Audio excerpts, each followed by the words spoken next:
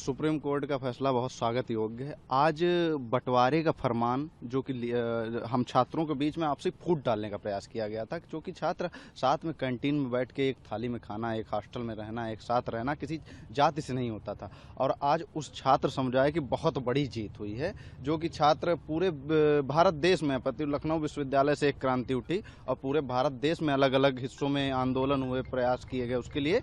और आज उसी को सुप्रीम कोर्ट ने कहा है कि सुप्रीम कोर्ट के सीजीआई चीफ जस्टिस जी ने कहा है कि उस पर एक कमेटी बन के मतलब योग्य लोगों की और उस पर जांच की जाए पुनर्विवेचना के लिए। तो उस पर रोक लिए बहुत ही स्वागत योग्य। सुप्रीम कोर्ट ने जो स्टे लगाया उसका हम लोग स्वागत करते हैं।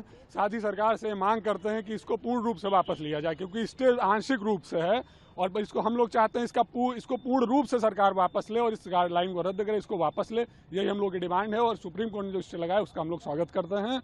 सरकार को एक चेतावनी देना चाहते हैं कि अगर ये सरकार ने बिल वापस नहीं लिया, ये रेगुलेशन वापस नहीं लिया, तो हम लोग सड़कों पे उतरेंगे, अपने मताधिकार से, अपनी कलम से इसका विरोध करेंगे और जब तक करते रहेंगे जब तक सरकार रेगुलेशन वापस नहीं ले लेती है। इसको बिल्कुल हम सभी छात्र इसका स्वागत करते हैं। हम छात्रों के बीच इस न्यूज आने के बाद खुशी का माहौल बना हुआ है और हम लोग इस प्रदर्शन को तब तक रोकेंगे जब तक कि सवर्ण छात्रों के हित में भी इसमें कोई दोबारा से कोई नियम नहीं बनाया जा सकता है, उसके तब तक हम लोग इस प्रदर्शन को रोके हुए हैं। नहीं तो इसको और बड़े पैमाने पे इस प्रदर्शन को बढ़ाया जाएगा अगर ऐसा कानून फिर दोबारा आया तो। सुप्रीम कोर्ट का जो भी निर्णय है उसका हम लोग पूरे छात्र जो संघ है सब उनका स्वागत करते हैं, जो भी छात्र समाज के जो भी लड़के हैं। और पहली चीज़ ये मेरे को लगा ही था कि इस तरीके का आएगा भारत जो उच्च न्यायालय है उनका जो है उत्तर, क्योंकि ये बिल्कुल निराधार था, कोई इसका राजनीतिक उसका आधार नहीं था और ना ही उसका जो कानूनी आधार था।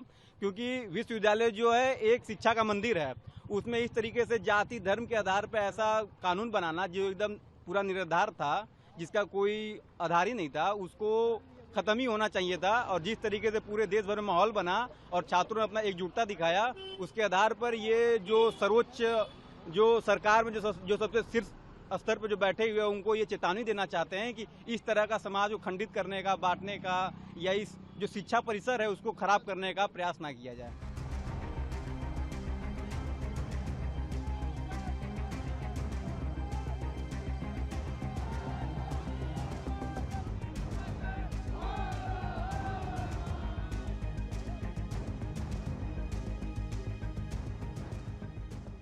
आज बड़ी खुशी का माहौल है, क्योंकि ये जो कानून नरेंद्र मोदी जी के द्वारा लाया गया था, ये समाज को बांटने वाला कानून था, सनातन समाज को बांटने वाला कानून था। सनातन समाज अगर कमजोर होता तो देश कमजोर होता, अंबेडकर जी का संविधान कमजोर होता। ऐसे कानून का हम लोगों ने पुरजोर विरोध किया।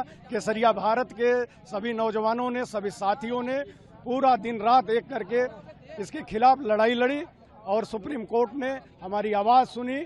और सुप्रीम कोर्ट का एक लाइन, बहुत प्यारी लाइन वो बोले हैं कि ये समाज को बांटने वाला कानून है, ये कानून रद्द होना चाहिए। ये भारत की एकता की जीत है, ये भारत की अखंडता की जीत है, भारत के न्याय प्रभुता की जीत है, भारत के समानता की जीत है।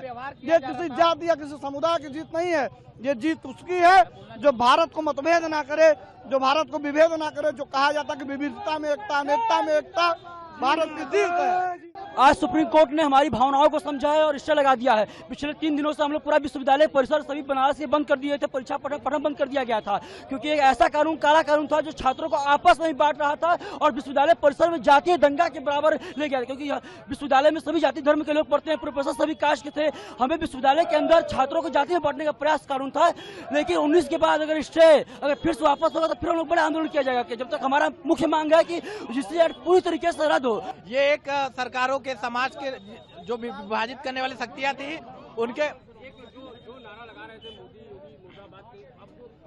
देखिए मोदी योगी मुर्दाबाद, ये हमारा कोई इस तरह की कोई ऐसा विचारधारा हमारा नहीं थी। हमारा जो समाज में जो असमानता फैलाने का प्रयास किया गया था, ये दिग्विजय सिंह के द्वारा जो हेडेड कमेटी थी, जिस तरह से उन्होंने समाज को तोड़ने के लिए इस तरह के नियमों को लागू किया था, हमारी ये लड़ाई उसके खिलाफ थी।